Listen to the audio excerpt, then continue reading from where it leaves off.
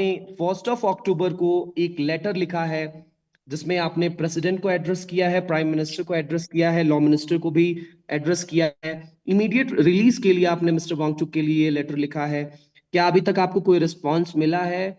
और ये लेटर आपने क्या क्या साइट करते हुए लिखा है? इसका अभी तक कोई रिस्पांस नहीं मिला है और इसमें यही साइट किया गया है कि उनका इमीडिएट रिलीज हो, क्योंकि डिटेंशन इलीगल है। क्योंकि वो किसी हालत से नेशनल सिक्योरिटी को थ्रेट नहीं है। इनफैक्ट उनसे ज्यादा पीसफुल तरीके से कोई भी हर चीज को हैंडल करता हो ऐसा कोई नहीं है। और प्लस कि मुझे उनको मिलने दिया जाए। इट्स बीन 5 डेज में वो ऑर्डर मिलना चाहिए था, डिटेंशन ऑर्डर, जो अभी तक नहीं मिला है। तो इसीलिए वेट करके 6 डे को हमने रिप्रेजेंटेशन लिखा to the president of India, her excellency, to the Prime Minister of India, to the Home Minister, Law Minister, to the LG of Ladakh and the DC of Ladakh. But there was no response till yesterday. And therefore, yesterday we have filed a petition under the habeas corpus with the Supreme Court of India. आपके petition पर मैं आऊंगा ma'am, लेकिन ANI को दिए हुए आपके 2 दिन पहले इंटरव्यू को तमाम लोगों ने सराहा है। बड़ी संख्या में लोगों ने आपके इंटरव्यू को देखा है। आपने उस इंटरव्यू में भी जिक्र किया था 2 दिन पहले कि आपकी अभी तक कोई भी कम्युनिकेशन स्टैब्लिश नहीं हो पाई है मिस्टर वांगचुक से जोधपुर जेल में।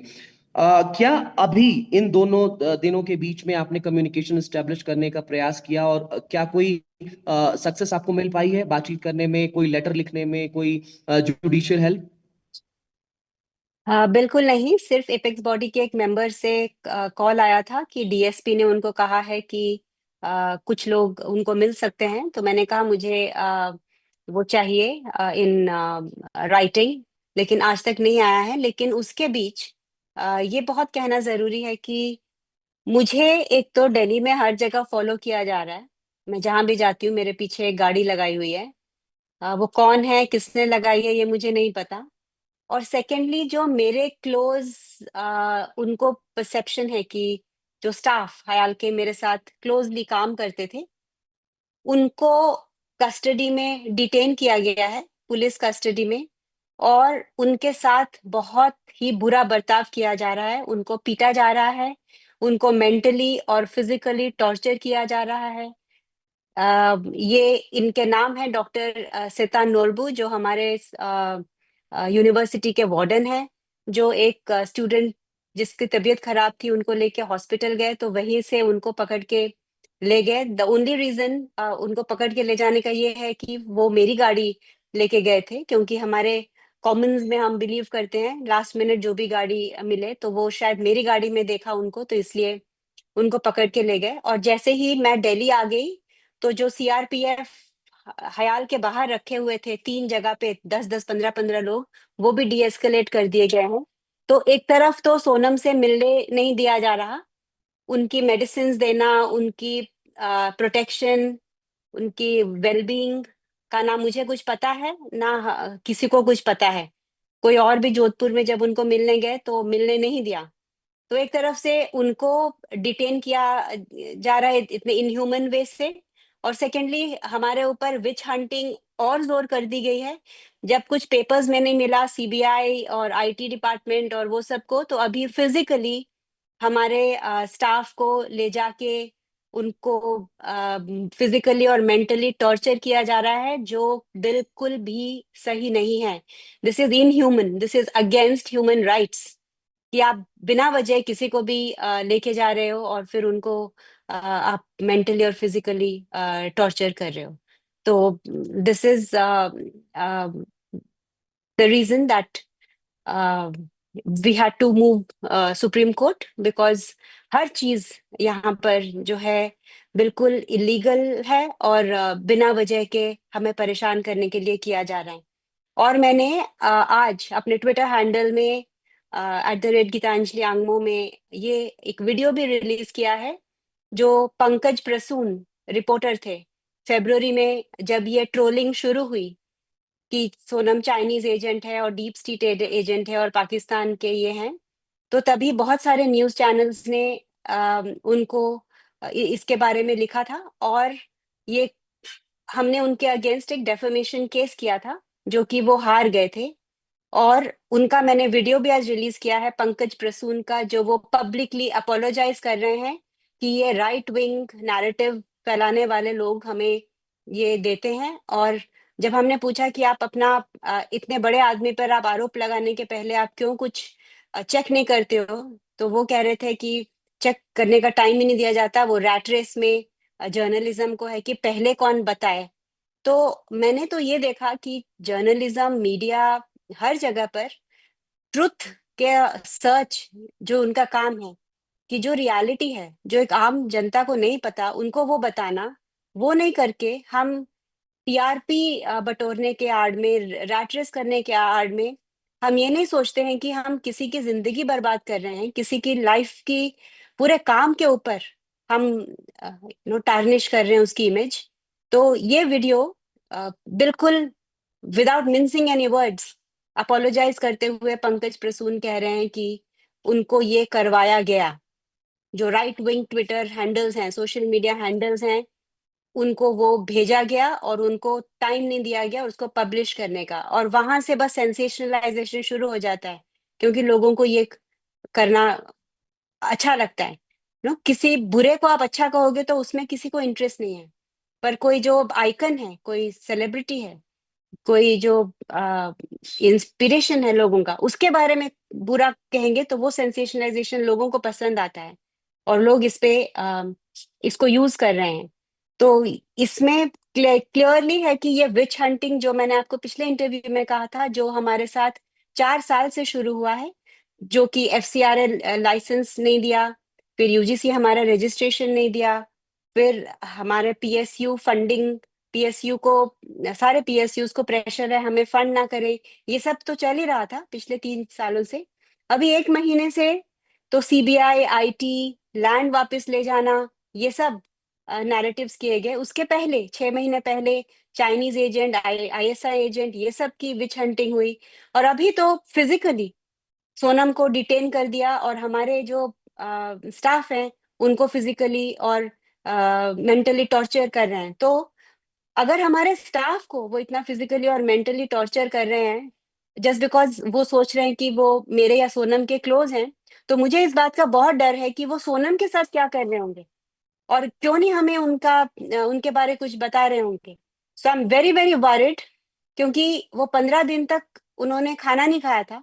आपने उनके लास्ट वीडियोस में देखा होगा, ही वॉज वेरी वीक। और फिर विद इन 2 डेज फास्ट से निकलते ही उनको जेल ले गया। और यहाँ पर हमारे स्टाफ को मेंटली और फिजिकली टॉर्चर कर रहे हैं। तो if I put this 2 and 2 together, तो आई एम वेरी वरिड कि उनके साथ क्या कर रहे होंगे उस जेल में, और किस कंडीशन में होंगे, उनकी हेल्थ किस कंडीशन में होगी। उनको, उनके पास ना कपड़े थे ना मेडिसिन थे।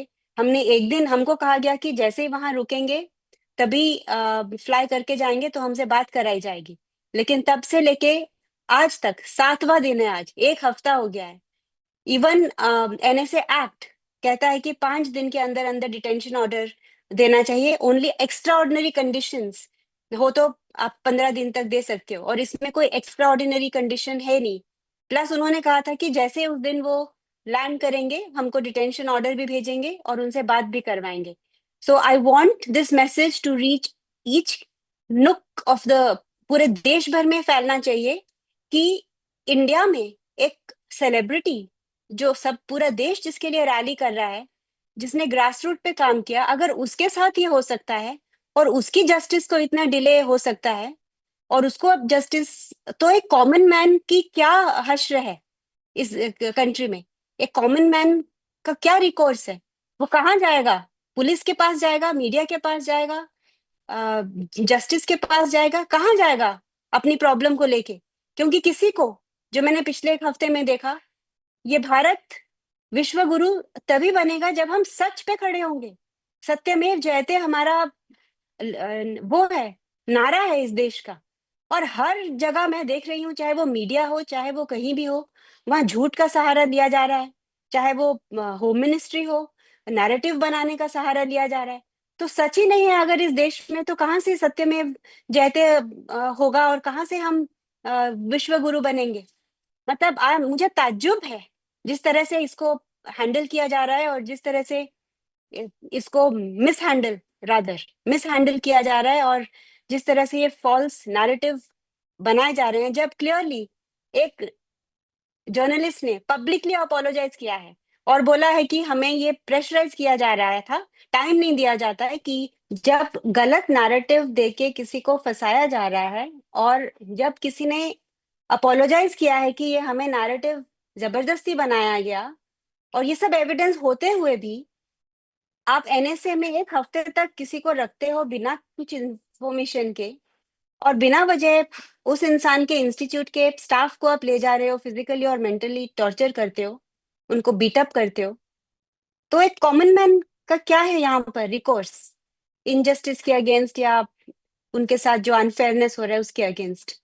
जब हमारे पिछले इंटरव्यू में मैंने आपसे सवाल पूछा था कि आपने कोई कानूनी रास्ता क्यों नहीं चुना, अब आप सुप्रीम कोर्ट की तरफ बढ़ गई हैं। आपने एनएसए के तहत मिस्टर वांगचुक के डिटेंशन को चुनौती दी है। कल आपने आर्टिकल 32 के तहत पिटीशन फाइल की है।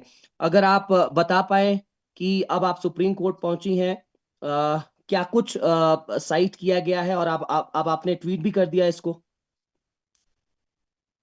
हाँ, मैं पिटिशन के डिटेल्स सही वक्त पर बताऊंगी, पर overall immediate release under habeas corpus petition, because it is a detention that we challenge on the grounds of NSA.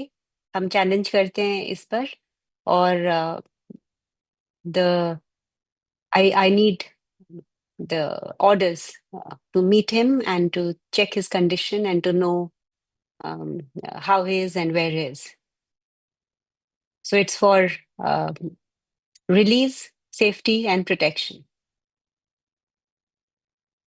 आपने दिल्ली में भी बीते दिनों कई प्रेस कॉन्फ्रेंसेस की मिस्टर वांगचुक की तरफ से, और तमाम चीजों को लोगों के सामने रखा। इस बीच हमने जोधपुर जेल से तमाम तस्वीरें देखी हैं, हमने नॉर्थ ईस्ट से तमाम तस्वीरें देखी। मिस्टर वांगचुक के सपोर्ट में तमाम लोग सामने आए हैं। जोधपुर जेल से जो तस्वीरें आई वो तो काफी भावनात्मक थी। कई कई लोग पहुंचे वहां पर जोधपुर जेल सपोर्ट में मिस्टर वांगचुक के। ऐसे सपोर्टर्स को लेकर के आपका क्या मैसेज रहेगा जो जेल पहुंच जा रहे हैं मिस्टर वांगचुक, जहां पर डिटेन्ड हैं वहां पर, और तमाम जगहों पर उनके लिए नारे लगाए जा रहे हैं उनके समर्थन में? मैंने फर्स्ट इंटरव्यू में भी आपको कहा था कि जो भी इंसान अकेले में बैठ के अपनी जमीर से पूछेगा, उसको ये आंसर आएगा कि सोनम वांगचुक गलत नहीं है, उनके साथ बहुत बड़ा अन्याय किया जा रहा है, ये किसी को भी समझ में आएगा। और आज के दिन हर इंसान सच्चाई की जीत को चाहता है। तो उनके सभी सपोर्टर्स को पिछली बार की तरह मैं तहे दिल से शुक्रिया अदा करना चाहूंगी कि वो उनके साथ खड़े हैं। पूरा भारत उनके साथ रैली कर रहा है, हर जगह उनके लिए, उनके समर्थन के लिए लोग जुड़ रहे हैं, और ये उतना ही जरूरी है ग्रास रूट में ये सपोर्ट, जितना कि सुप्रीम कोर्ट का पिटिशन। तो ये दोनों साथ साथ ही चलेगा, तो ही सच्चाई की जीत होगी। मैम, आप पिछले दिनों दिल्ली में भी मौजूद थी। अभी सुरक्षा कारणों से मैं आपका लोकेशन नहीं पूछ रहा हूँ। तो दिल्ली में आपकी क्या किसी एडमिनिस्ट्रेशन के व्यक्ति से मुलाकात हुई, बातचीत हुई? क्या किसी अन्य राजनीतिक दल के नेता से बातचीत हुई? किसी ने आपको सपोर्ट सीक किया? हमारा हर कॉर्नर से हमें सपोर्ट है, लेकिन जैसे मैं शुरू से ही कहती आ रही हूँ कि ये मुद्दा मैं पॉलिटिसाइज नहीं करना चाहती हूँ, क्योंकि ये सोनम और मेरे वैल्यू सिस्टम से अलाइन नहीं होता। हम हमेशा से ही ए पॉलिटिकल रहे हैं, और हम इसको इसके वजूद पे ही लड़ना चाहते हैं, लेकिन हर तरफ से हम इसके समर्थन को एक्सेप्ट करते हैं, हम शुक्रिया अदा करते हैं। चाहे वो इन्फ्लुएंसेस हो, चाहे वो मीडिया हो, चाहे वो पॉलिटिकल हाउसेस हो, चाहे वो एनजीओज हो, सिविल सोसाइटीज हो, चाहे वो खुद सेलिब्रिटीज हो, मेजर जनरल्स हो आर्मी के, हर तरफ से आपने देखा होगा कि इसके लिए एक पॉजिटिव समर्थन मिल रहा है, और हम हर एक को के शुक्रगुजार हैं। लेकिन हम इसको एक पॉलिटिकल मुद्दा, एक पॉलिटिकल एजेंडा नहीं बनने देना चाहते हैं। जिस प्योरिटी के साथ सोनम ने अपनी पूरी जिंदगी साइंस, एजुकेशन, एनवायरनमेंट, यूथ के लिए अपनी जिंदगी दी है, हम उसी स्पिरिट के साथ इसको आगे लेना चाहेंगे।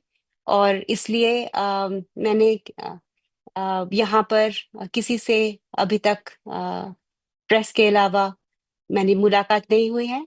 लेकिन ये मैं कहना चाहूंगी कि मेरे पीछे एक गाड़ी लगी हुई है, जो मैं जहां जहां जाती हूँ वो मेरे पीछे पीछे आते हैं, और ये मुझे बिल्कुल पसंद नहीं है, क्योंकि ये एक इंडिविजुअल फ्रीडम के राइट को वायलेट करता है। मैं यहाँ पर सोनम की सच्चाई दुनिया भर में रखने आई हूँ, क्योंकि लद्दाख में इंटरनेट को जैम कर दिया गया था और किसी मीडिया को मुझे मिलने नहीं दिया जा रहा था, और मेरी मूवमेंट को सर्वेलेंस किया जा रहा था। तो इसलिए मैं दिल्ली आई हूँ, ताकि मैं यहाँ पर जो सच्चाई है, जो सोनम का हक है, जो हयाल का हक है, जो हयाल की सच्चाई है, वो मैं दुनिया के सामने रख सकूं। और ये बिल्कुल नाइंसाफी है और गलत है जो हम कंडेम करते हैं, कि ये बिल्कुल किसी के पीछे ऐसे गाड़ी लगाना कंडेमनेबल एक्शन है। किसी के इंस्टीट्यूट पे जब आपको कुछ नहीं मिला पेपर्स में, वहां के स्टाफ को ले जाके उनको हैरेस करना, उनको फिजिकली और मेंटली टॉर्चर करना, ये हम बिल्कुल कंडेम करते हैं। अगर आपने एनएसए के अंतर्गत सोनम को लिया है तो हम उसको चैलेंज कर रहे हैं। हम तो और कोई एक्टिविटी नहीं कर रहे, हम तो इसको लीगली, कॉन्स्टिट्यूशनली जो सही है उससे हैंडल कर रहे हैं। तो ये गुजारिश है कि दूसरी साइड भी थोड़ी ग्रेसफुली, जिस तरह से ये करना चाहिए कॉन्स्टिट्यूशन में, जो कि मदर ऑफ डेमोक्रेसीज है, उसको पालन करे, और इतनी लो लेवल की एक्टिविटीज पे स्टूप ना करें कि आप लोगों को फिजिकली और मेंटली टॉर्चर करो और सोनम वांगचुक की वाइफ को दिल्ली में फॉलो करते फिरो। This is something we condemn, and I want the country and the people to know कि ये हमारे साथ ऐसा किया जा रहा है। हमारे स्टाफ को बहुत बुरी तरह से पीटा गया है, और उनको कुछ उगलवाने के लिए टॉर्चर किया जा रहा है, जो जो कुछ है नहीं कहने को, और मेरे पीछे ऐसे लोग लगाए हुए हैं। तो ये सब नहीं करिए। आपने हमारे ऊपर नेशनल सिक्योरिटी थ्रेट का वो लगाया है, हम वो प्रूव कर रहे हैं कि वो नहीं है सच, उसमें कोई एविडेंस नहीं है, तो उतने तक ही रहिए। मैं ये कहना चाहूंगी, इससे नीचे मत गिरिए। पहले ही बहुत नीचे गिर चुके हैं ये सब गलत नैरेटिव्स फैला के, और जो हमने सब उसको, उसके अगेंस्ट हमने फैक्ट्स देके उसको रिफ्यूट कर दिया है। अभी फिजिकली लोगों के पीछे भागना और उनको टॉर्चर करना, इतनी तो नीचे मत गिरिए।